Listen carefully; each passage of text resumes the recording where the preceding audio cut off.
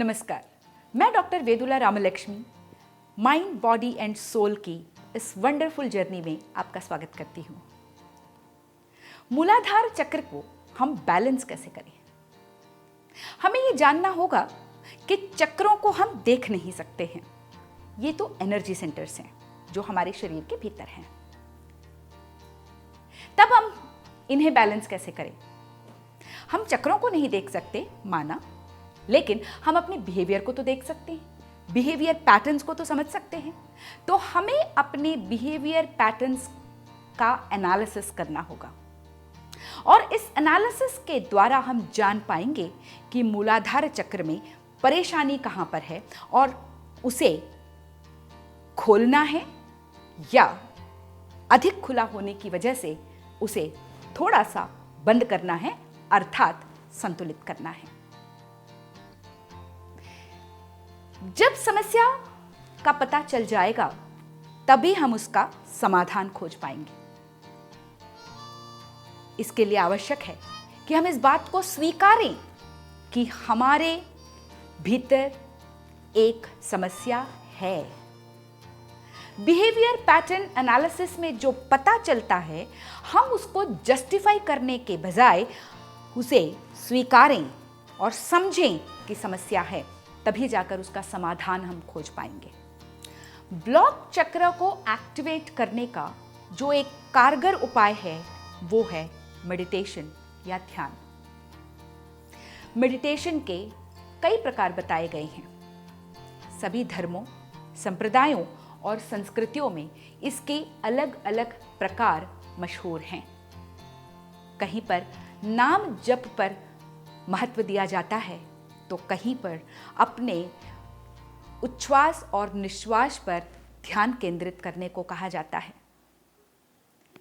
कहीं पर विजुअलाइजेशन की टेक्निक सिखाई जाती है तो कहीं पर सिर्फ और सिर्फ शांत रहकर अपने मन के सभी विचारों को काट कर मन को उससे अलग कर निर्लिप्त अवस्था में आने को ही ध्यान बताया गया है। मूलाधार चक्र को संतुलित करने के लिए जो मेडिटेशन हम करेंगे उसमें हमें कुछ बातों को ध्यान में रखना आवश्यक होगा। पहली बात, मूलाधार चक्र का बीजाक्षर लंग है। ध्यान मुद्रा में बैठने के बाद एक कंफर्टेबल पोजीशन में अपने हाथों को हम लॉक करें, पैरों को हम लॉक करें, रीढ़ की हड्डी को सीध में रखें एवं गर्दन तथा सर उसी सरल रेखा में होने चाहिए और उसके बाद आंखों को बंद करके अपनी समस्त वृत्तियों को अंतर्मुखी बनाकर श्वास के ऊपर ध्यान देते हुए लंग बीजाक्षर का उच्चारण सार्थक ध्यान पद्धति है जिसके माध्यम से मूलाधार चक्र को संतुलित किया जा सकता है, उसे एक्टिव किया जा सकता है। मेडिटेशन के साथ साथ कुछ और ऐसे उपाय भी हैं जिनका अनुसरण कर हम अपने मूलाधार चक्र को स्वस्थ बना सकते हैं, संतुलित बना सकते हैं। जितना हो सके हम प्रकृति के साथ अपने आप को जोड़ कर रखें,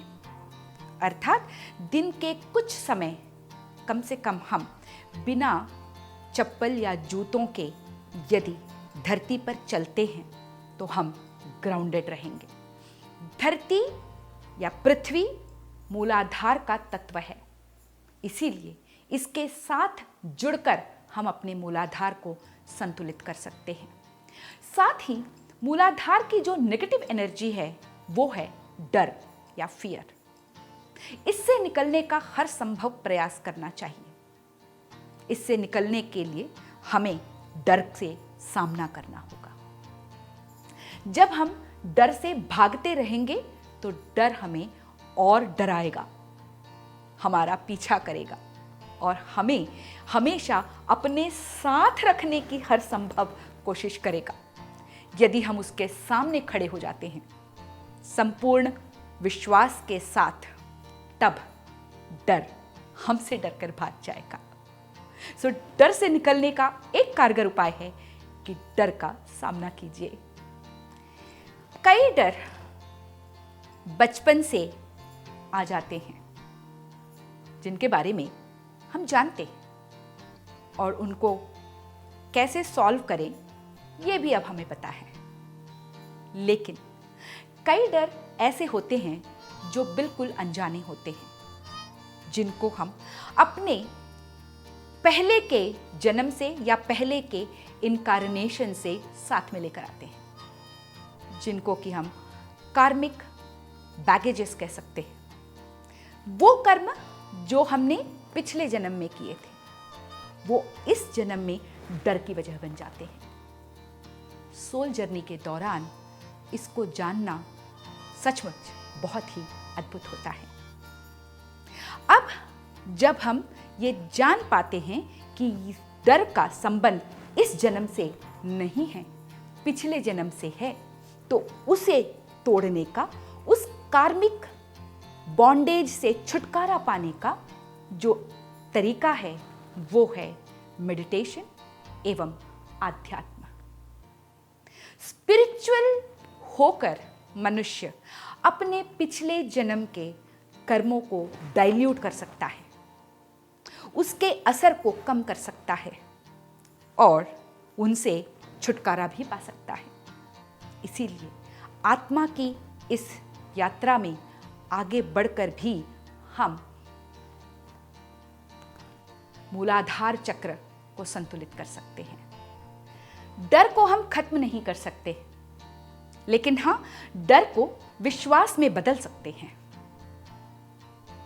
तो ये कोशिश में हम सब चलिए लग जाते हैं और अपने मूलाधार को स्वस्थ बनाते हैं। अन्य चक्रों का स्वरूप क्या है और उन्हें संतुलित कैसे किया जा सकता है, ये सब जानने के लिए देखते रहिए माइंड, बॉडी एंड सोल।